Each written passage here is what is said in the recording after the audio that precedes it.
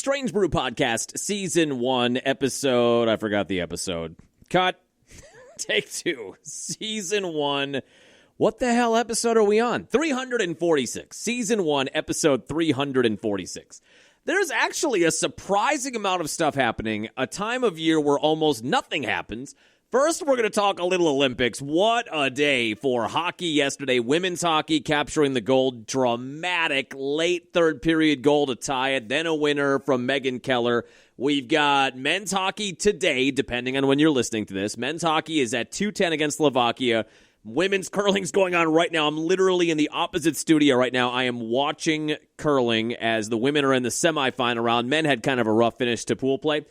But that is all going down. I've got another curling question on the email. We're going to talk about all that. We are going to talk about the end of the Rich Bisaccia era. Am I a little confused as to when it happened and the phrasing of stepping down instead of fired or retired?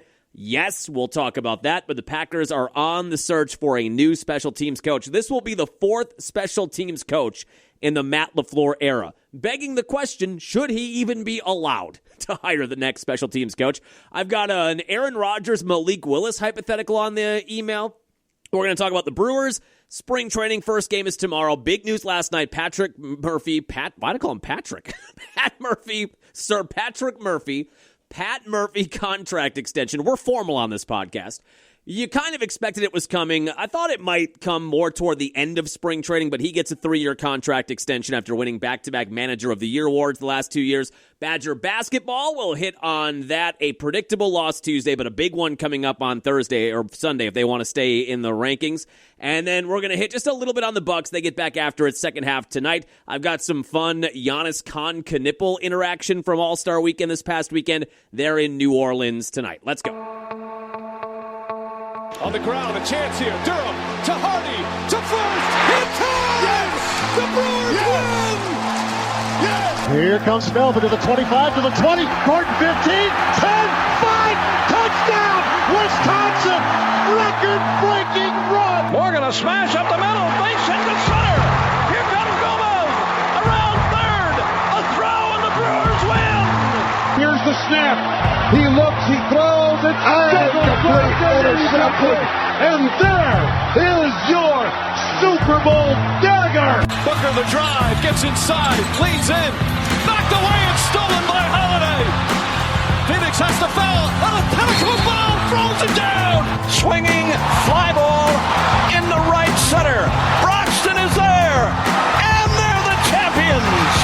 They have done it. It's been a 50-year journey. Wisconsin, we've got a room at the top of the world tonight. The Milwaukee Bucks are NBA champions.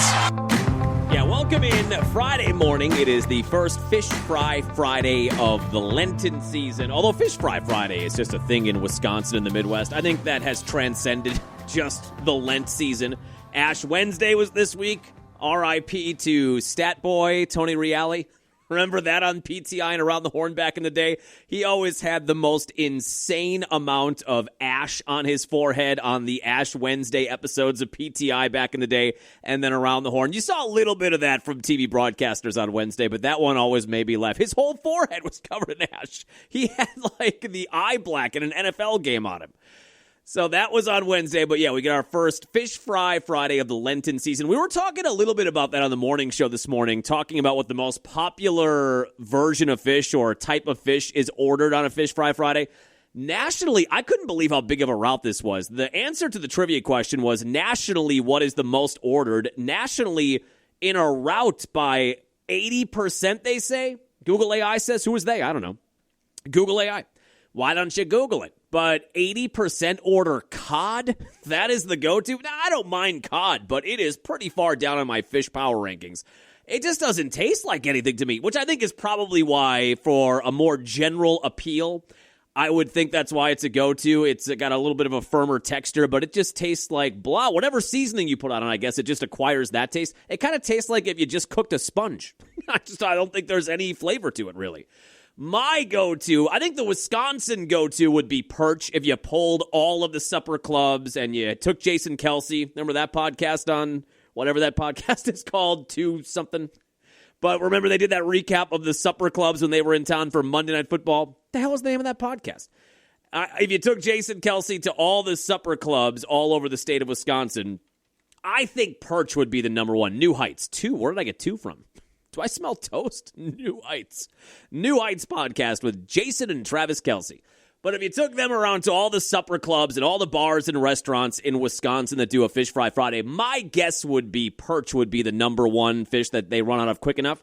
And I think the 3 you see most often ordered are perch, haddock, and cod.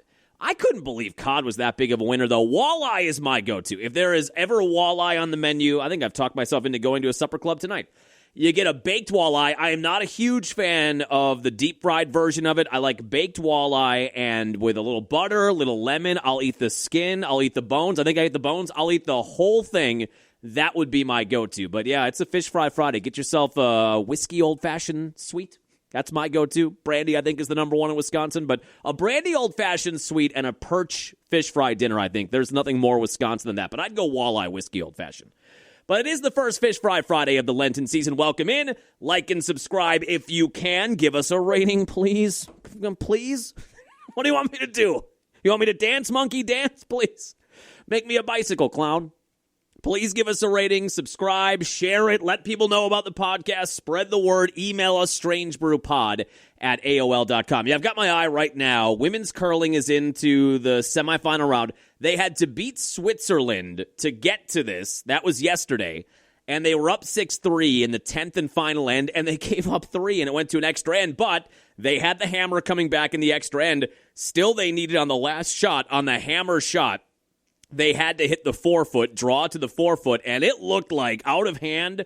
I thought she had let it go way too heavy, and it was going to cross over where they needed it to go, and it just by an inch or two hung on to where they needed it to be, and they got the win 7-6 then over the Swiss team, and now they're taking on the Swiss team as they are in the Final Four, and they're down 5-4 7th end. The TV in our adjacent studio, the WHBL studio, they've got that on, and I think the Swiss just scored a big point or 2 in the 7th end. Oh, boy, it's not good. All right, we'll keep our eye on that. We'll see how happy or sad I am by the end of this podcast. By the time we're done with this podcast, we should have a result there. It was a thrilling win for them, though, just to get to the Final Four. They hadn't been there in quite some time. But they are taking on the Swiss right now. Now, I did get an email. We'll talk about this first, then we'll talk about hockey. There's not a whole lot to go over here. We had an email from... Where am I here? This podcast is a mess right out of the gate. Randy in Sheboygan said, John, been watching a lot of curling with the Olympics. No offense intended, like in Talladega Nights. I said no offense. It's in the Geneva Convention. No offense intended, but I feel like if I dedicated a year of my life to curling, could I make it to be an Olympic curler? No offense taken whatsoever, Randy. It got me thinking, and I think some curlers do take offense to that. I think some curlers, because you see a lot of that conversation as a lot of people are consuming curling content during the course of the Olympics, and I feel like that's a sentiment, the one that Randy has, is pretty ubiquitous among people that are, that are watching curling. They're thinking, well, I could do this. But like I talked about when we talked about the beginning of the Olympics and curlers, and my wife and I have been curling now for a decade plus, I talked about the brain rot that happens even for curlers who have been doing it for a long time. When you watch all of these elite shots these curlers are making, you get to a Thursday night league where nobody's very good and you think you can hit them because they make it look so easy. But it is one of those things where I think a lot of people watch it and think, God, I think I could do that. It's kind of like bowling or golf maybe to some extent where if I just practiced, I think I could make that happen. Some curlers would take offense to that, and I've seen that all over social media from curlers.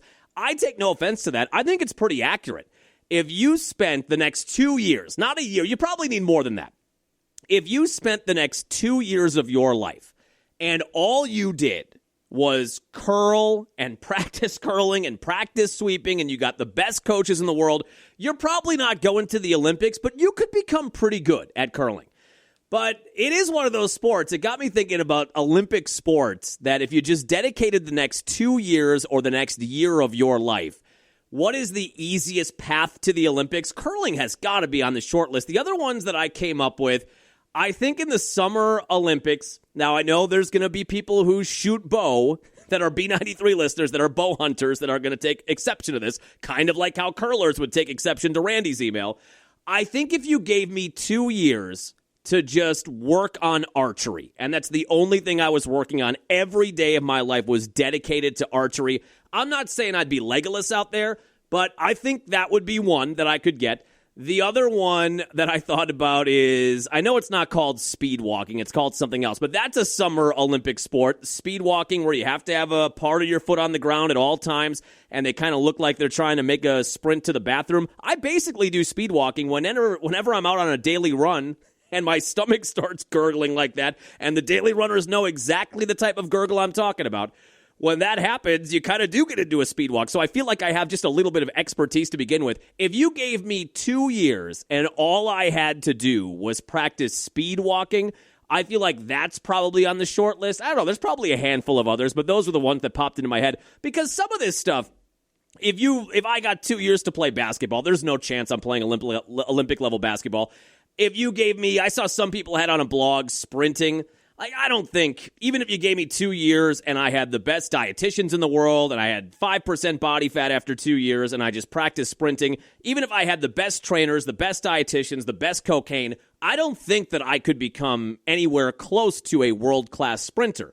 I just don't have that makeup athletically. I don't have that kind of body type. I've got a podcaster body type. I've got an internet blogger body type. But if you start thinking about some of the Olympic sports that you could maybe excel in or at least try to compete in if you gave yourself a year or two and that's all you did was that thing, curling is on the short list. I take no exception to that. You wouldn't make it. You wouldn't even sniff it. Just so we're clear, Randy. Just so we're clear. If you curled nonstop for 2 straight years, you still wouldn't sniff what these people are doing, the men's side or the women's side. But that is, of all the Olympic sports, I think that is on the short list of, if I really put myself into this and this is the only focus I had in my life, that would be on the short list of sports, I think, that you could maybe make it happen. You wouldn't, but maybe. And then we also, by the way, so I'm watching the women's curling. I know we talked about the Canadian curling controversy where the Canadian skip was touching the granite, which is not allowed, and double touching and touching past the hog line. And the Swiss team, remember we played that clip, was that last podcast or 2 episodes ago? The Swiss team was kind of planning for that, or the Swedish team kind of knew that that was something he might do, so they set up cameras, and then we had that verbal exchange where the Canadian skip told the Swedish skip to bleep off, and then NBC got caught up with a couple of F-bombs on live TV. That got people talking, though. That got people going. Any publicity is good publicity, take it from me. But did you see now that Canadian team is in the gold medal match, and they'll have a chance to win it all. I think they're taking on Great Britain. That's actually going to be a really good curling match because those 2 teams are stacked. But that is the team that was under duress from the Swedish team for the extra touching of the granite past the hog line. And then I saw an article that the Canadian curlers said we were set up. We got set up because I guess the camera that was going viral that showed him touching the rock one last time, the granite on the rock with his middle finger, that was not an NBC camera. So the Swedish team actually went out of their way going into that match, knowing that was something that he does once in a while, and they set up their own cameras in the crowd, and that's where that video is coming from. I just think it's a delicious little subplot to the whole thing. I was texting with a buddy of mine about that whole controversy, and he said that he needs the Canadian curling team to go full NWO or full DX. Can I pull up the themes here? Which is a great idea. And I texted him back and I said, it's a great idea for that specifically, but I am a big advocate in my life of 90s wrestling or just 80s, 90s wrestling intros for everybody when they get to work. If you're an accountant, if you're working a line somewhere, if you're a DJ, whatever, I think everybody should have an intro theme as they're going into wherever the main part of their work is. But could you imagine at the Olympic level in curling, they hit the lights and the Canadian team comes out and you get a little this going, a little New World Order. It comes out like Hogan, that skip with the painted on black beard playing the air guitar. I just think this is a great idea. But this should exist in all professions, in all careers. There should be wrestling intros for whatever it is you do. I mean, this is just a jam, too. Is this Jimmy Page? We're going to owe a lot of music rights for this thing. Remember they'd have the strobes going in the old WCW days? Just a banger. Or this one right here, little. God, these were just incredible themes. Could you imagine going to your place of work and this place when you go in? How jacked up would you be for that? All of a sudden, opening up Microsoft Excel's got a whole new feel to it, huh? I want this to happen so bad. All right, so they are going for gold, that Canadian team, despite all the controversy and the double tapping. Then they added extra officials, and they sent out a memo, and there's a TPS report and a whole thing warning teams not to do what the Canadian skip did. But steering into the villain role, kind of like what Giannis has done this year, would be good. All right, real quick then, let's just play you the hockey clip. So U.S.-Canada yesterday in the women's gold medal match. Women's hockey has been in the Olympics since 98, since Nagano in 98. So this is the 8th Olympiad with women's hockey, and it was the 7th time yesterday that it has come down to Team USA and Team Canada. And Team USA got it done. It didn't look like it was going to happen that way. They were down 1-0 late third period, and they had pulled their goaltender, 2 minutes to go, so they get the extra skater, and team captain, and I think former Badger Hillary Knight hits the equalizer. Across to Keller. Back out to Edwards. Edwards with a shot. Score! The United States ties it with a goaltender pulled with 2:04 remaining. Is that Kenny Albert? The captain, Hillary Knight. Electric. I think that is Kenny Albert. And then here was the winner. This is a sick goal from Megan Keller. And they go 3-on-3. So in Olympic hockey, when they go to overtime, they go 3-on-3. I think there are some hockey purists that sort of raise their eye at that and say, that's not really hockey. And it's really spread out. And they go that because they want this to wrap up quickly. And Megan Keller rips through on this last goal. Outward pass for Keller, a defenseman. Nice move. Cuts to the net. Score! Megan Keller. Sick. The overtime hero. United States wins gold in Milan. That's a great call. The outward pass for Keller, a defenseman. Nice move. Cuts to the net. Score! Megan Keller, the overtime hero.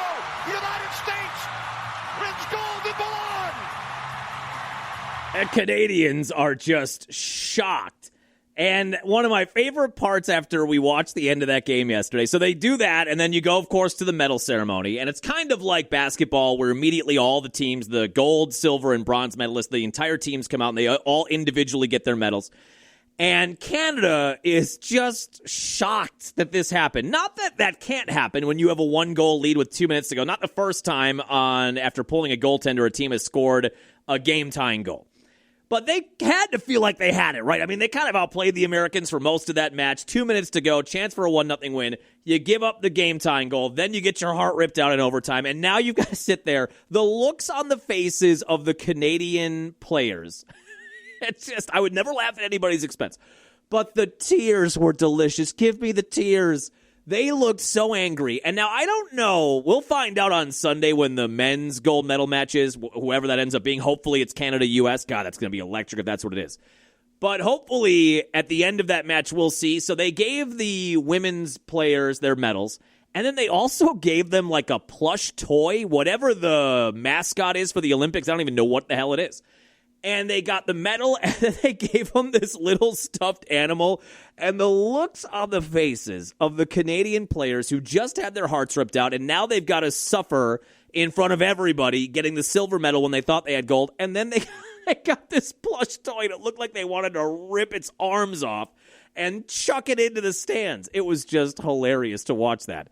The women capture gold, first time since 2018 in Pyeongchang, and they also won gold the opening year in 1998 when women's hockey became an Olympic sport at Nagano. Cue the America. Now, this is an earmuff situation. This is a FCC violation on the air, but cue it up for America yesterday.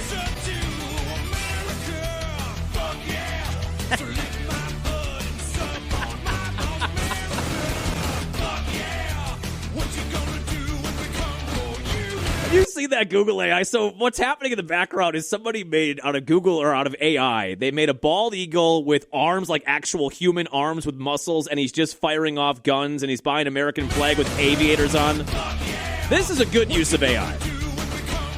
I'm glad we have the data centers for this. Sorry, Port Washington. He's doing karate at the end of it. Love it. So the men are on the ice this afternoon, I'm pretty sure. Again, I am. My brain is absolute applesauce when it comes to trying to figure out what's live, what's not live. Then some things say they're live, then I find out they happened 10 hours ago. And some things are on the Peacock app, and some things are live on USA Network, and then they're on NBC, but then they're not on NBC, and they go to something else on NBC. So I think it is 2:10 Central Time today. Depending on when you're listening to this podcast, I am recording this at Friday morning at 10:05.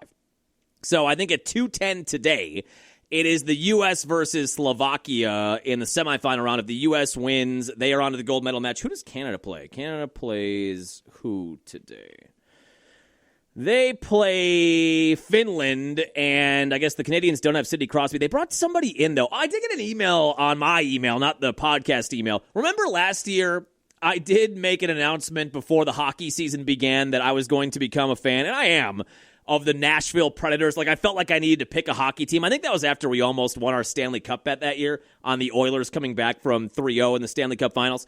And I felt like I've got to have a team, even though, Milwaukee, the Admirals, we'd go to some of those games, but that's an AHL team. It's still fun, but you want an NHL team. And I figured since Milwaukee is the feeder system for the Nashville team and Nashville country music and the time we spend there with my job, it just made sense.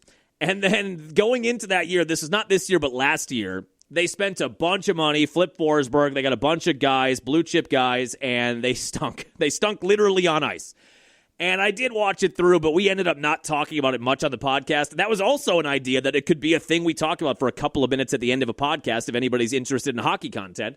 And we did that for a few episodes, and then they just fell apart, never recovered, and this year's kind of been the same. They're sort of hovering around the wild card round, or the wild card spot. I think they're 3 or 4 points back of that right now. They've kind of gotten it together, but they're hanging around 500. So I had an emailer on my email asking if I'm still watching the Preds games. I am, not as much as I was the first month or two last year, but I'm kind of tuned into what's going on there. They just haven't been very good. Anyway, so it is Canada-Finland today and Slovakia-United States. And yeah, you want the U.S.-Canada matchup here because it kind of gives you the rekindling of that rivalry from the Four Nations Cup at the All-Star break last year. But we'll find out later today. A little hockey, Olympic hockey for you here this morning. All right, what are we doing first here? Are we going to do, you want to do Bisaccia first, and then we'll talk about the Murphy extension, the Patrick Murphy extension? So it's over. It's finally over. I feel like we talked about with FanDuel Sports Wisconsin going away, and now it sounds like the Bucks are done with that too. It sounds like FanDuel Sports Wisconsin or network in terms of regional sports coverage in the state of Wisconsin is going to be totally gone. Brewers did launch their pricing for if you want to be an MLB.TV subscriber. Now, like we talked about when that news came out, if you got FanDuel Sports on your cable package or whatever, on your DirecTV package, I think it was on there, your Fubo TV subscription, your Spectrum subscription, AT&T, if you just got FanDuel Sports and Brewer games as a part of that subscription, at some point, I think in the next few weeks, there will be a channel. I don't know if it's going to be the exact same channel number, but there will be a channel that will be called Brewers TV. So I don't think if you had that before, you do not have to go out and buy a Brewers.TV subscription. If you did not have that and you used another streaming service or you've cut the cord entirely and you're just using apps and you use the FanDuel Sports app, which thoughts and prayers to you, that's what we've been doing for the past 2 years, nightmare, then you want to download the MLB TV app. And the Brewers launched their pricing. You can pay $99 to watch the entire season of Brewer baseball. Some of the games, if they're on ESPN, if they're on Apple TV, if they're on some of the other networks, then you're not going to get those games. But you're probably going to get, I would think, 150-ish of the 162 games on MLB TV. But $99, I guess that's less than FanDuel. We were paying, $119 a year for FanDuel? So it's less. And you can get all the games. I think it's $200 to get all of the Major League Baseball games, Brewers TV, and every other game. It is, I think, $200 for the entire year. I think I'm just going to do that. And then if I gamble, if I try to hit some random overs on other games, I have access to watch all of the games we could be betting on.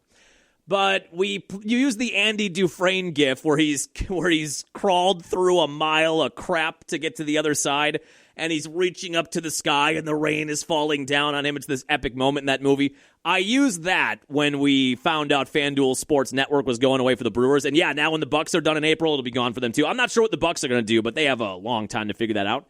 But I used the Andy Dufresne gif again for the end of the Rich Bisaccia era. Now, this was a little weird, right? Now, I think, as I talked about on a couple morning shows, whatever day that happened, Wednesday, as I said on those morning shows, if you are a fan of the Green Bay Packers, I assume you are. Otherwise, you hate listening to this, and either way, I appreciate having your ears. The download is the download. But if you are a Packer fan, we got what we wanted, right? And we talked about this, and it was no ill will to Rich Bisaccia. By all accounts, he seems to be a likable guy. That's probably a part of the reason he still had a job. We've heard so much about him being a culture builder. He's so good with young players. He's good with the coaches. Everybody loves him. By all accounts, he's just a good dude to have around the office, regardless of where you're working. So they loved him. And I mean, no disparagement here. And like I said in the blog, I'm not going to do the lambada about somebody getting fired, even if they're making 6 or 7 figures and they've got no financial worries or whatever. I'm not going to take shots at them for losing the job. But we got what we wanted, right? If you're a Packer fan, it has been an underachieving unit. In some ways, it has cost them games, big games in the last few years. That has been a theme of the Matt LaFleur era, regardless of who the coach is.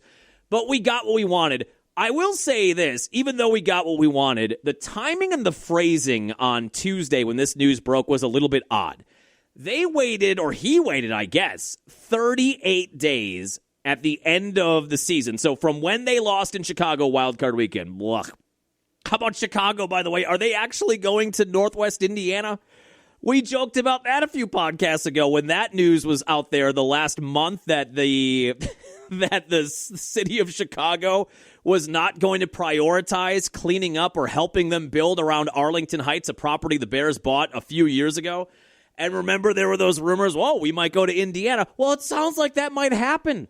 There were all sorts of reports about that this week, that they are actually, there's real boots on the ground and real deals being written that the Chicago Bears might end up in Northwest Indiana. The Gare Bears may actually happen. That might be a real world we live in, which is also a succulent piece of news if you're a Packer fan, especially given the way the season ended with the 2 meltdowns at Soldier Field. The fact that they may have to drive to Indiana to watch those games, I'm still skeptical until it's done. But it is kind of a funny standoff right now that's happening between the Bears and the city of Chicago because it's like a relationship. It's like one part of the relationship, one person is saying, could you clean up the dishes? You know, you have one job. Could you just take care of the dishes? That's what the Bears are saying to the city of Chicago in relation to Arlington Heights. Could you just get us to a point where we can start building, clear the red tape, clear the bureaucracy, help us out with some of the roads and expanding those projects so more people can get to the games? Can you do that? Could you just do the dishes? And the city of Chicago said, you know what? I got a lot on my plate right now. I got 2 jobs I'm working. I'm trying to help pay the mortgage. The dishes will get done when they get done. It is not a priority to me. And then the Bears are saying, you know what? I'm sick of this. I am going to find somebody else who could help me do the dishes because I've given you a chance and you're not doing them. And the city of Chicago said, good. Go find somebody. Go find somebody else if you can. And it kind of seems like they have. The Bears went slumming and they found somebody on a street corner in Northwest Indiana. It sounds like that might happen. Anyway, quick aside there. But that's this whole podcast is quick asides. But the way the season ended in Chicago, obviously disappointing, and special teams played a huge role in losing that game, that wild card game. But to wait 38 days until after that happened, and in the interim of the 38 days, in the immediacy of the loss, Matt LaFleur expressed confidence still in Rich Bisaccia and the special teams unit. And then when was Goody doing his press conference? 2 weeks ago? And they asked him specifically about the special teams and Bisaccia. And Goody 2 weeks ago expressed confidence and said that we've gotten better and we're investing talent and money into that side of the football and we have full faith in Rich Bisaccia. Now, like we talked about the podcast after that press conference happened, what do you expect Goody to say? Because Goody has no power. You have no power here. He has no power over hiring or firing coaches. So what is he going to say? If he were to say something negative about Bisaccia, imagine the ripple effect that would have then, especially coming from somebody who can't hire or fire that coach, and then the animosity that might spurn between him and LaFleur and maybe Ed Policy, whatever. So I didn't expect him to say anything different, but it is interesting that both the coach and GM in this 38-day interim expressed confidence in Bisaccia and the unit publicly when they didn't have to. And then 38 days later, he isn't fired. He isn't retiring. That was very specific language or non-use of language. He is, quote, stepping down. This almost feels like the episode of Seinfeld where Jerry is sleeping with his maid and she quits and dumps him or breaks up, and then he breaks up and fires her. So is this a breakup quitting? Yeah. Don't ever call me or hire me again. Oh, yeah? Well, then we're through. And you fired. That kind of feels like, did something happen between Matt LaFleur and Rich Bisaccia? Hold on. Let's keep this sophisticated. $40 is kind of steep for a nap. You know, I don't think I want to be your girlfriend or your maid. So is this a breakup quitting? Yeah. Don't ever call me or hire me again. That's Rich Bisaccia. Oh, yeah? Here's LaFleur. Well, then we're through. And you fired. It doesn't make a lot of sense the way this was structured. So Rich Bisaccia, I think it's a very real possibility that Rich Bisaccia ends up somewhere else. They're going to have to ask LaFleur, or if Bisaccia does land somewhere else and he does some kind of press conference, they'll have to ask him. I don't know if Goody has the intel there, but at this point, I think we're waiting for either an Ed Policy press conference or a Matt LaFleur press conference to give, if they choose to, which they probably won't, but if they choose to give more background as to why this became the decision 38 days at the end of the regular season, because the coaching hiring cycle, there are guys you can probably get out there, but the hiring cycle in the NFL is pretty much over. And there were a bunch of high-level special teams coaches that were out there in the last 2 weeks that I would imagine, if the Packers knew they had a need, if the Packers knew that Bisaccia was stepping down, that they maybe would have been interested in talking to some of those coaches, but they're already gone. And even some of the lead assistants, not that we're necessarily interested in the lead assistants on a unit that was not good to begin with, but you would think, even given that, had they known Bisaccia was moving on, I would think his top lieutenants on his unit would have maybe stuck around thinking, well, if he's going to step down, maybe I'm going to at least get a chance to interview for the job. And if I get that chance, maybe I can win them over and I could be the special teams coordinator. So you know what I mean? The timing of this is peculiar. And the phrasing of stepping down instead of we're firing you or I'm retiring is also bizarre. But the only person or people that probably know exactly what happened are Matt LaFleur, Rich Bisaccia, and I would guess Ed Policy. As another side note, Ed Policy, can we get a goddamn press conference at some point? What is happening there? Why are we treating this like it's the Stonecutter Society? Why is this like a Freemasons meeting where, we don't talk about what's happening behind those doors? This is a publicly owned franchise. We have not had a non-curated, non-question and answer with somebody from the Packers for Ed Policy, I don't think since he's taken that job or since he was named the president of the team. I would like, at this point, now that we have contract extensions for LaFleur, contract extensions for Goody and Russ Ball and Bisaccia is stepping down and things are happening, can we get a 20-minute press conference, Ed? Can you work that into your schedule at a job I'm sure you're making 7 figures at? Can you sit down in the next few weeks? I mean, the scouting combine is next week, I think, and the draft is less than a month away. Can we get a press conference where Ed Policy sits in front of Packer reporters? They're not going to grill you. This isn't like the gulag. They're not going to ask tough questions. And even if they do ask you tough questions, nobody says you have to answer them. But I would at least appreciate the sentiment of, okay, I am now a year into this. We've done a few pretty big things, extending a coach that not everybody loved, extending a GM that not everybody loved. I think Russ Ball we're pretty much all okay with. He's sort of behind the scenes, the money man, the bag man. And then this is pretty big news that a coordinator that the fans did not love steps down. He's not fired. He's not retired. And it happens 38 days after the end of the regular season, which is an odd time to do it. And now a lot of good coaches are off the board. I would like to, not me personally, but somebody else, I would like for them to have the opportunity, Packer reporters, to actually ask Ed Policy questions and have him have to answer those questions where he doesn't have a chance to prepare for it beforehand. I mean, he's going to prep, but, when he sits down with Larry McCarron, Ed Policy is getting those questions before they even have the sit down. He knows exactly what he's going to say. While he might have a general idea of what Bill Huber or Jason Wilde or any of those guys or Nagler are going to ask him, he can prepare a little bit, but there might be a curveball in there or a follow-up or a grilling of that he's not ready for. I'd like to see him in that situation. I'm sure he'll be fine, but I'd like to see it. And enough has happened now that would justify him doing a Q&A. Goody will do a Q&A before the draft, so that is 5 weeks away. But you know he's not going to comment on this. I mean, you really need a LaFleur press conference or an Ed Policy press conference, or maybe at some point Rich Bisaccia will tell his side of this and why he decided to step down. Was he pressured to step down? It's just a lot of unusual stuff going on with that story. But at the end of the day, as Packer fans, we end up in late February where we were hoping to end up because it just wasn't working out. And again, like I talked about on morning shows on Wednesday, when they hired Rich Bisaccia in 2022, I went back on the Green and Gold Fan Zone page we run for Midwest Communications, and I put a story up or a linked up an article about him stepping down Tuesday night. So I just kind of Googled Rich Bisaccia to see what page, what Shefty page or whatever I could share that information from. And I found a post on the Green and Gold Fan Zone from 2022, the day they hired Rich Bisaccia. And I think at some point I wrote on that post, this may be the biggest move they make, player or coach-wise, the entire offseason. But we all kind of felt that way. It was so bad with Maurice Drayton in 2021.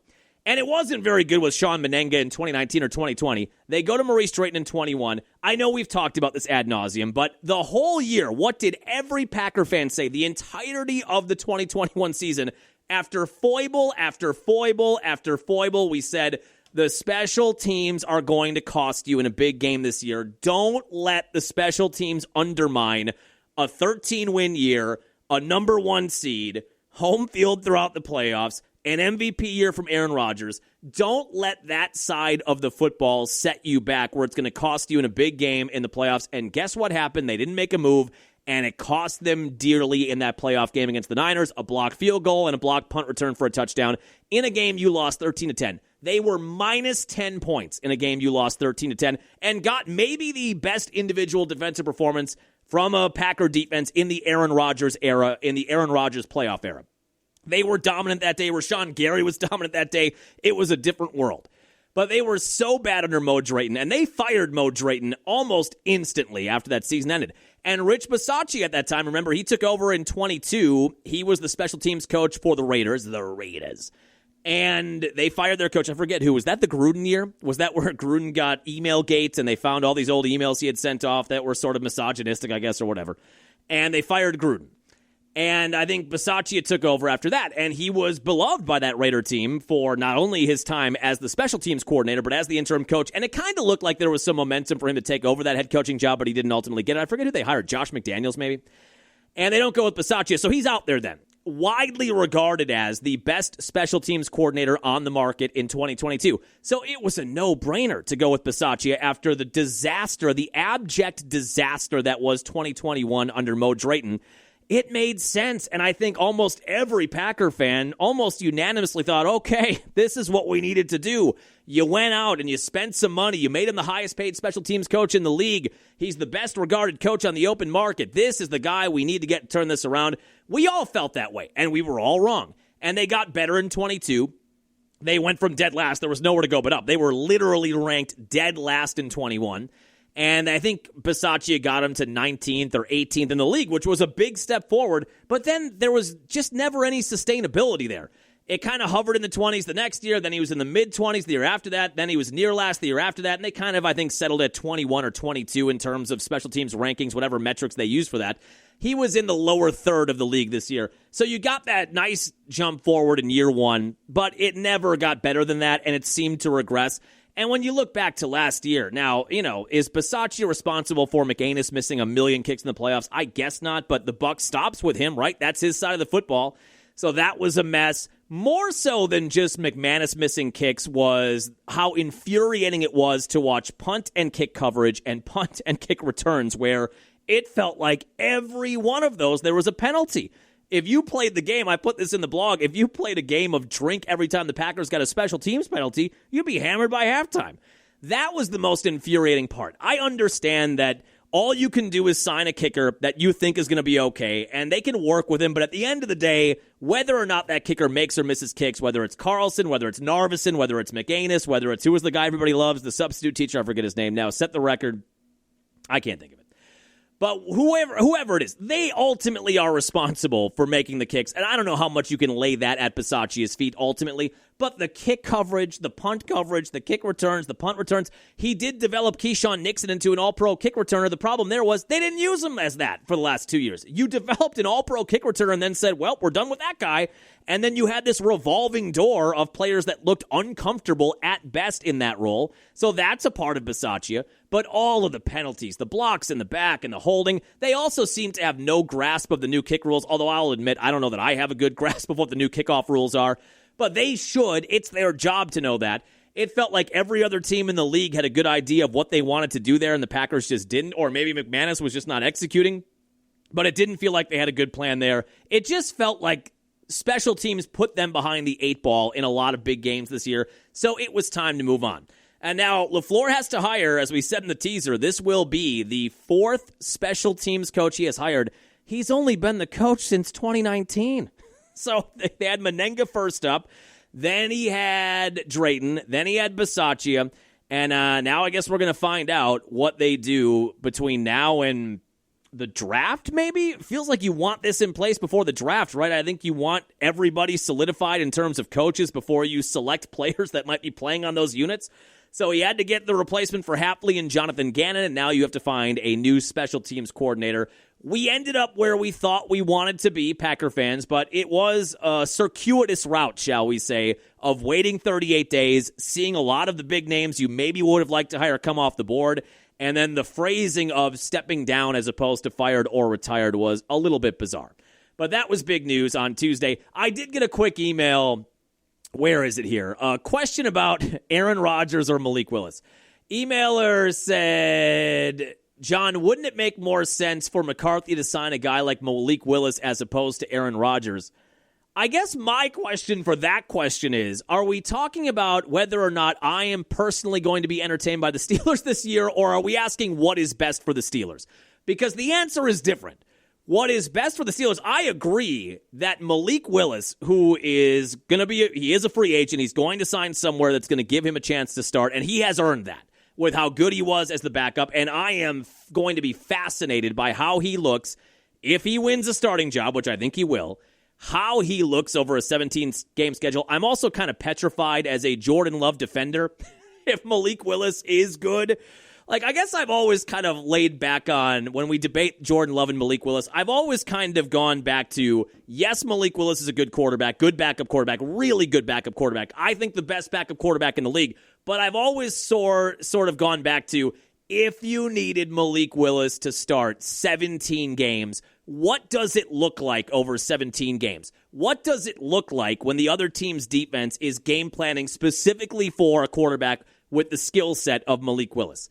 Now, if Malik Willis goes out there and he is raining touchdowns left and right, throwing for them, running for them, then my job as a Jordan Love defender gets a lot harder. But I am curious to see wherever he lands, how he looks. I think Minnesota is a place he could land, unfortunately. I think we talked about that a podcast episode or two ago. It makes a lot of sense. We don't know if J.J. McCarthy's the guy. You bring in a somewhat veteran backup or competition for him who's still young, but is got some experience now. I think, as we've talked about with Kevin O'Connell, he's a really good coach, a really good quarterbacks coach. What could he do with Malik Willis? I think another potential landing spot is Miami. I would have liked to see Malik in a Mike McDaniel offense, which is not going to be the case now in Miami. It would make a lot of sense for Jeff Hafley, even though he didn't hire any offensive coaches away from Green Bay. But it would make a lot of sense to me for Jeff Hafley to go and find Malik Willis and give him a chance to start. And it sounds like the Tua era is at least going to enter into a competition this year, or it might be just over in general. That's a spot I believe he could land at. But Pittsburgh wouldn't be a bad one either, where they're kind of trying to figure things out on defense. They haven't had a good young quarterback in a long time. How old is Malik? Is he 25? Malik Willis' age. He is 26, so he's kind of just entering the prime of his career. Yeah, that would make a ton of sense. If I'm a Steeler fan and I want what's best for the team, not only this year, but for the next 3 to 5 years, and Mike McCarthy, say what you want about Big Mike or Mac, he's really good at developing quarterbacks, and he would get a good, young, rising quarterback in Malik Willis. And I believe he would do well with that. So if we're asking what is best for the Steelers franchise, I think I would say yes, go with Malik Willis. If we're asking what's best for John Hensler, the podcast host of Strange Brew, and for a lot of Packer fans who would love to see one last year, see Aaron Rodgers' career end where it started with Mike McCarthy as his head coach, and Mike McCarthy's back in his hometown. He's coaching his old quarterback. And for maybe some of the eye rolling and the gesticulating toward the sideline and some of the arguments they might have, for that part of it, for rooting for Green Bay West, I guess you'd say, or East? East. Which direction is Pittsburgh? I don't know. I'm not Carmen Sandiego in here. I don't have the geography down. But for that element, for Packer fans who kind of want to root for McCarthy and root for Rodgers still, that's what we want. That's what I think Packer fans want to see. But if you're a Steeler fan and somebody comes up to you and says, you can have Aaron Rodgers for 1 year, $15 million with Mike McCarthy, or you can sign Malik Willis to a 3-year, $60 million deal and see what happens, I feel like if you're a Steeler fan, you're taking Malik there. So point taken, but I still want Aaron Rodgers and McCarthy to reunite for a year. All right, what are we doing now? Let's talk about the Pat Murphy contract extension. First of all, we got our first hype video from spring training, and Murph set the tone right away with the phrase for the year, the slogan for the year, don't be shocked. Call us whatever you want, underdog, call us whatever the hell you want. We found out what matters is who's in this room. What we got in this room, we can do anything we want. We're about people, we're about team. Wherever you're from, whatever color you are, whatever you believe in, as long as you want to commit to winning baseball. Not Major League Baseball's way of saying, on paper, this team is this. We don't care. This is who we want to become. We got to pitch, we got to base run, we got to defend, play offense. That's how we do it. And we don't worry about what anybody thinks. We stick to our standards, and you'll have another incredible season. And don't be shocked. I mean, that whole part of we don't care. Wherever you're from, whatever color you are, whatever you believe in, as long as you want to commit to winning baseball. Not Major League Baseball's way of saying, on paper, this team is this. We don't care. I love that. This team is this. We don't care. Commit to winning baseball. Not Major League Baseball's way of saying, on paper, this team is this. We don't care. This is who we want to become. I love it. Who doesn't love Pat Murphy? It's just amazing. I wrote a blog revolving around that hype video. And in the blog, I was just taking the perspective, and we've talked about this before, but it is incredible that Pat Murphy has become what he's become in the Brewer universe in such a short time. Because as I wrote in the blog, I know we make fun of Craig Counsell and the ums and the ahs. It feels like he's playing the Super Troopers meow game with how many times am I licking milk from a saucer?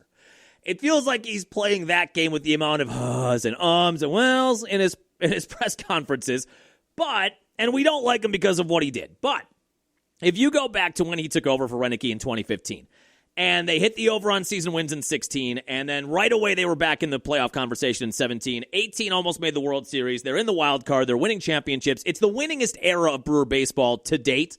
And I don't think Pat Murphy's there yet. I would still say that in my lifetime at least, and some fans that are older than me may want to gripe with this and say Harvey Keene, even though he wasn't there for very long. He did get him to a World Series. But I would say Counsell is still the best manager in the history of Brewer baseball. But the funny thing is, when we were in it with Counsell, we thought, God, this is perfect. He's the hometown kid. He grew up in Whitefish Bay. His dad worked for the Brewers. He was a bat boy on the 82 team. He played for the Brewers. He was a part of big games. He got in the scouting department. He gets the job, and now we're winning, and it feels like it's the best 5, 6, 7-year run that we've seen consistently in the last 25, 30 years of Brewer baseball. How could this get any better? This is the perfect thing to happen. And Counsell leaves, and it's shocking. Not that he left so much, because I think we all sort of thought at the end of that last year that he was here, he might leave. It always felt to me like if he was going to leave, he was going to bolt for New York and follow David Stearns to the Mets and get to a bigger market, which he did anyway, but a bigger market with a bigger payroll and a GM that he is very familiar with. The fact that he turned coat and went down I-94 and went to the Cubs, went to a private school, and that was a stunning development. But it's interesting when you think back to his time with the Brewers, and we all thought, God, this is the hometown. This is perfect. The guy next to him ends up being the perfect guy. I kind of made the analogy to a rom-com or something like When Harry Met Sally, where you realize by the end of the movie, you think you've got this love affair with somebody, and then by the end of the movie, the lead character, male or female, discovers that, oh, My best friend has been in front of me the entire time. My partner has been in front of me the entire time. We all kind of had that with Craig Counsell of, God, we love that he's from here and he's one of us. Remember when he said that? Remember when he said, the same blood that courses through my veins courses through yours, and we bleed Brewer blue?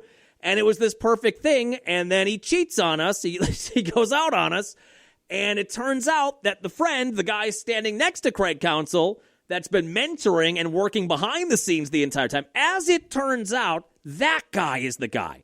The 65-year-old guy with pancakes in his pocket and quesadillas in his pocket that have lint and pennies in them, that's the guy that was perfect the whole time.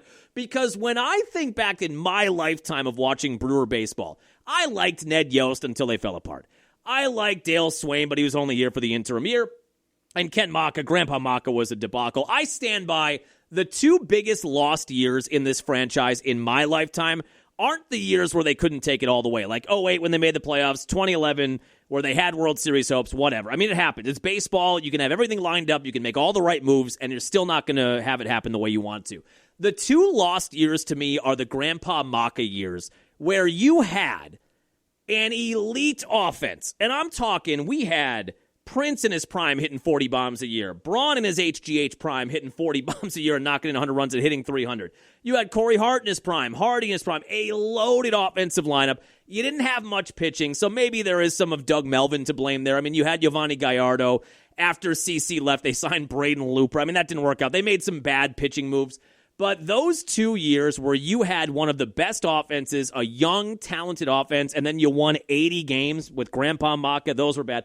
But when I think back to my lifetime of watching this team, I can't think of a personality of a manager that best matches a small market franchise, a blue-collar town, a blue-collar fan base like Pat Murphy. He is the perfect manager. And I'll never forget for this franchise, and I'll never forget, we played that video 2 seconds ago of his introductory speech at spring training this year. I'll never forget the 2024 year during this same time where he gave his first speech as the manager to the team. And he said something to the effect of, we're here to win, and we're going to do it our way, and this isn't going to be a thing where, they gave the old man a chance to win. Remember, he said something like that, they gave the old man a chance to win a few games in the twilight of his career. And the way he said that and was so dismissive of it and so authoritative with his vision for this team, I thought, ooh, because before that, as I put in the blog, as a fan base, we all did sort of think, they're giving the old man a chance. They're going to give the career baseball man who has won a ton of college games and who has been Counsell's right-hand man and has been the second in command in a lot of major league dugouts. He's in his 60s. He's got a ton of life experience. He's a great stopgap for whatever's next. We all thought that when they hired Murphy. It makes a lot of sense. The players know him. He's been around the franchise since Counsell in 2016. I think he joined him as his bench coach. The players are familiar with him. This is a good stability move. And then after 2 years, right? Didn't we all think that? After 2 years, we'll find out where they go next. Ricky Weeks maybe, or a young up-and-coming manager, whatever. And then from that moment, though, from that speech in 2024, with the way he commanded that room and the way he just kind of said, they gave the old man a chance to win. No, that's not what we're doing. I thought, ooh, this might be something a little more than we think it is. And they go out there and they win 90-plus games and they win the division. And yes, the playoffs are disappointing. Game 3 against the Mets. And then they come back and have a franchise record 97 wins. And they beat the Cubs in the playoffs. And they beat Counsell, win their second division championship. He's been the back-to-back NL Manager of the Year. Not just the success, though, which has been extraordinary. Just the way he handles himself. As someone who cuts up sportscasts, I love the Pat Murphy post and pregame press conferences because he shoots straight. He's a ball buster. He has a good time. It is just the perfect guy for this franchise and this fan base. So he signs the contract extension yesterday. He was going into the last year of his deal, so you knew at some point they were going to get something done here, just a matter of how much longer he's going to be signed for and what he's going to make. So they give him a 3-year extension. It eliminates the original third year on the first contract he signed, which would have been this year.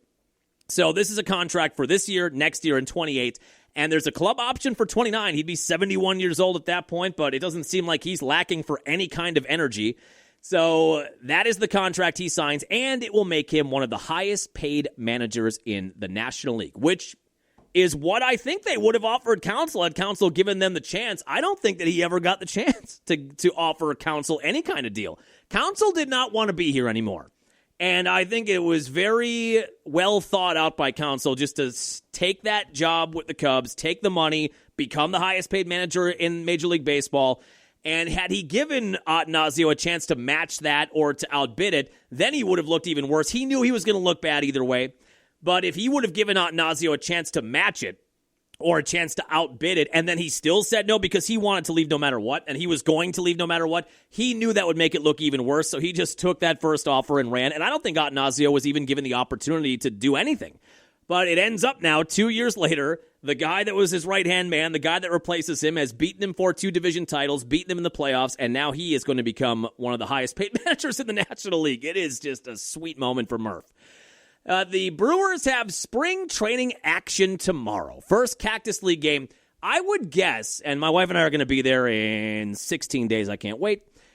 I would guess you're going to see, because of the World Baseball Classic, I would guess you're going to see more at-bats for regulars because Bryce Terang is playing for Team America. They've got guys, I think Churio is Venezuela, right?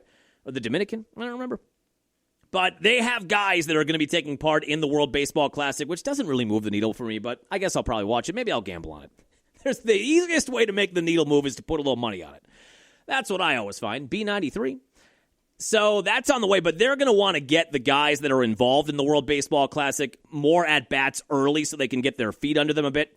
But it is the Brewers and Guardians tomorrow, Saturday afternoon, a 2:10 first pitch. Oh, one other clip. Mark Attanasio did a sit-down with Brewer Media, and I've got to give credit to, I think Dario Melendez asked this question, and it's a harder question, and the question revolved around, are we spending enough money? In a salary capless league, coming off of a 97-win year, and fans are filling the stands and paying $18 a beer and paying $20 for parking and paying $15 on ticket fees on top of $80 tickets, the fans are showing their support with their wallets. Are you going to ever go out and spend a bunch of money? Because the offseason has been trades. They trade away Durbin, Collins, and Peralta, and they make moves there. But the only 2 free agents they signed were last week when they brought in Rengifo and Gary Sanchez, so a total of maybe $5 million. You win 97 games, the stadium's packed, fans have a love affair with this team. Could you spend some more money? This was Mark Attanasio's response to Melendez and outside criticism maybe of the fact that he does not spend enough money.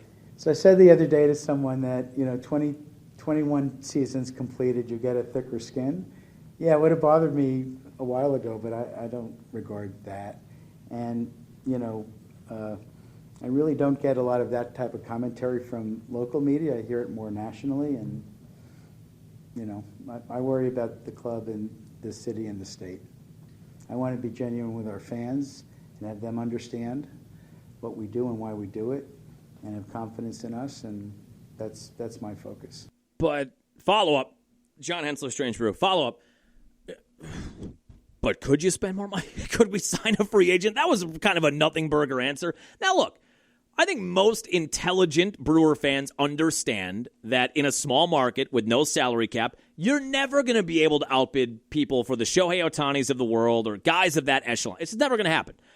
And I think we also all understand, if you're a dialed-in Brewer fan, that you are going to have a good farm system. The only way to sustainability as a small market team to be good year in, year out, to be competitive year in, year out, is to build the farm system, constantly be turning the roster over, getting young guys in. We get that. But every once in a while, would it be insane? Like if you have William Contreras, say, on your roster, a franchise catcher, would it be crazy to offer him 5 years, $100 million, and see what happens? Would it be crazy to throw an $80 million contract out there like they did with Lo Cain back in 2018? Could we do that more? We've done it a handful of times, but coming off of a 97-win year and a run to the NLCS, would it kill you to spend $50 million on a free agent? So that would be my follow-up. Brewers and Guardians get the Cactus League started tomorrow afternoon. Now, let's talk about the Bucks real quick. I want to play you a clip, 2 clips. I thought this was fun. I know we talked last year as Duke was making their run. My connection to Con Knippel, who is probably not going to win Rookie of the Year, but is having a tremendous rookie year in the NBA. His family, they went to high school at Wisconsin Lutheran High School. I call games at Wisconsin Lutheran College. His uncle is the head coach of the women's team. I've known him for 20 years. I remember Con around our broadcast table on road games when he was 7 or 8 years old. So it was fun for me, even though I hate Duke, to watch him have a nice run in the tournament last year. to see him go as a top 10 pick in the NBA, I still can't get my mind wrapped around the fact that that kid that I used to sit around with, that used to badger me during broadcasts, is not only an NBA player, but a really good NBA player, a player averaging almost 20 points per game and shooting 45% from distance. So he was in the three-point shooting contest, and Giannis was chopping it up with some of those competitors. I thought this was a neat moment between Giannis and Khan. I was watching his interview, and you talk about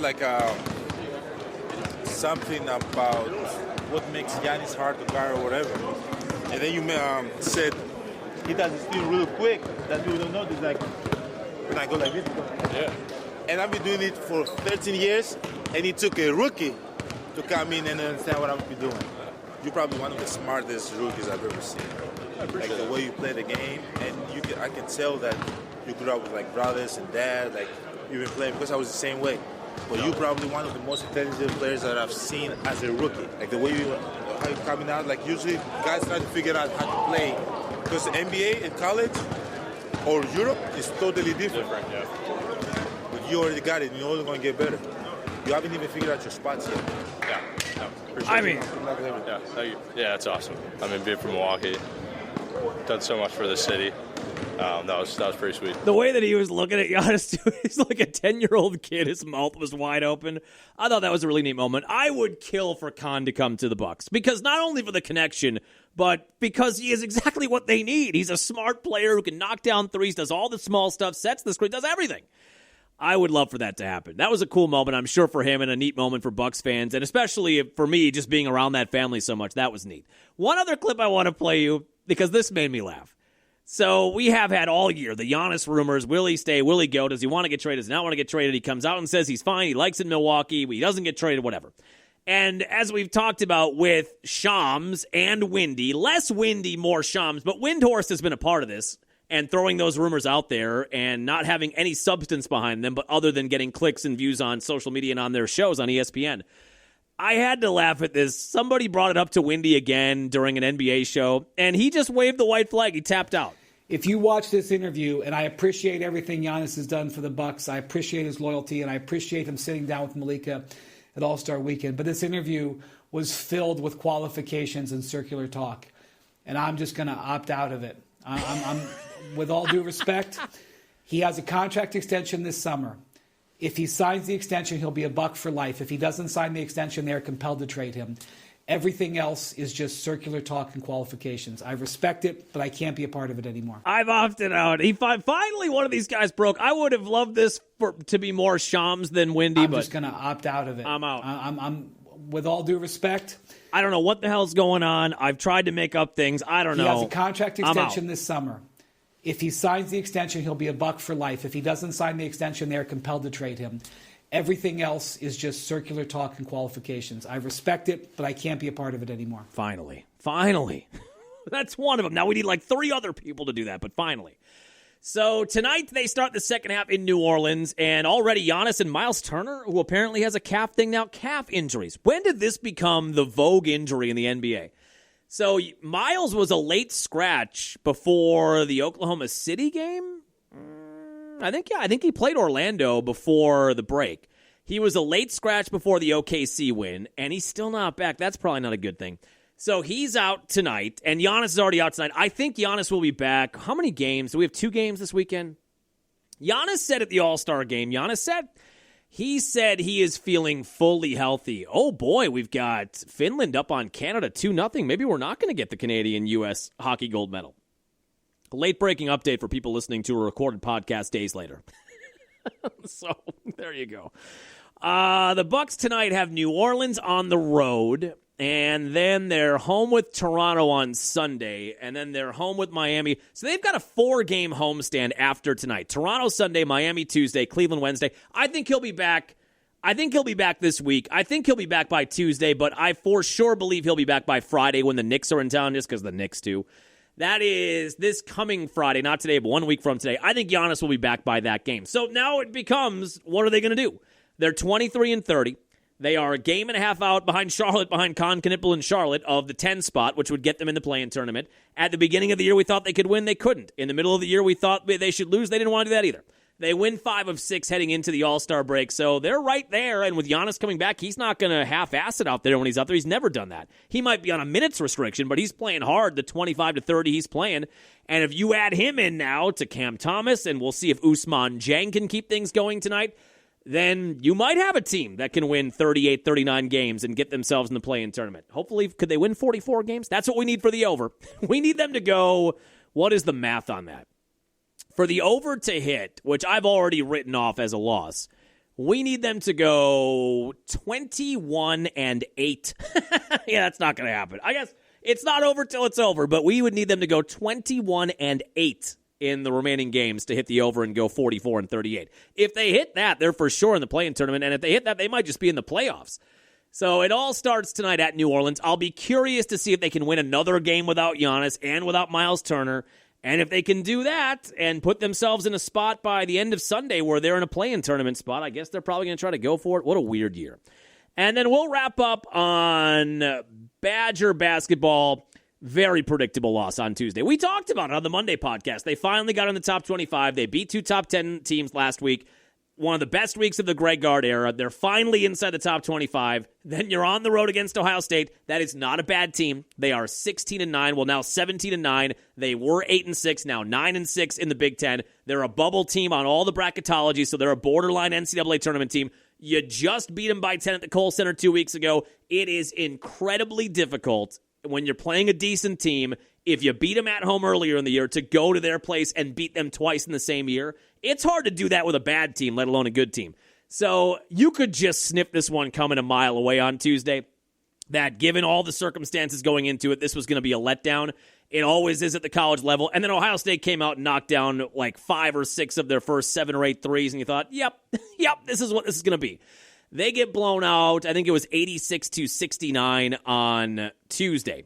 So the Badgers are 18-8, 10-5 in Big Ten play. A huge game coming up on Sunday at the Kohl Center with Iowa. Brian Berlaga, Iowa. They're in town, a 3 o'clock tip time. If the Badgers want to stay in the top 25, they need to win this game. If they lose this game, they will be out, and it's going to be hard for them to get back in. They're still going to be a tournament team, but if they want to stay in the top 25, they need to win this game on Sunday. What is Iowa? These are pretty 2 evenly matched teams. Badgers are 18-8, 10-5. Iowa's 19-7, 9-6. So, yeah, really evenly matched teams. And a pretty good rivalry over the past few years. So that is coming up on Sunday at the Kohl Center, a 3 o'clock tip time. Then after that, they've got at Oregon on Wednesday, a 10 p.m. tip time. God damn. This is what happens when you start putting Pac-10 teams or Pac-12 teams into the Big Ten, and the Big Ten teams have to go on the road. We get a 10 p.m. Wednesday tip time. Good Lord. Oregon's having a terrible year, so that should be a win. But yeah, Iowa, then at Oregon, at Washington, and you end the year with Maryland at home, and then at number 7 Purdue, another really tough one to wrap up the regular season. So we'll see what they do, looking for a bounce back on Sunday. Marquette almost beat number 17 St. John's on Wednesday, but again, as has been the case this year, close but not close enough. In a 76-70 loss, they are, what are they now? 7 and, are they 6 and, I think they're 8-19 or something like that. Just a really bad year. Oh, Doug Gottlieb got a 1-game suspension for his meltdown. So they play at Oakland tonight. He said he was disappointed in the league. I am kind of surprised. I thought a fine was coming for the same bleep and play. Do I still have it saved? I thought he was for sure going to get fined. Yeah, here we go. Yeah, load it up. The exact same fucking play. The exact same fucking play. But he got a 1-game suspension, said he was disappointed in the league for getting a 1-game suspension, but he will not be coaching tonight when the Phoenix go to Oakland. Kind of a big game for them, too. That'll do it for us here on your Friday morning. We'll get back after it Monday. Closing ceremonies will be in the rearview mirror. We'll have a curling result and a hockey result. We'll go over the first couple of Cactus League games for the Brew crew. The Bucks have 2 games, and we'll talk about the Badger-Iowa result on Monday as well. Have a happy, safe weekend, and enjoy your fish fry. We'll chat with you then.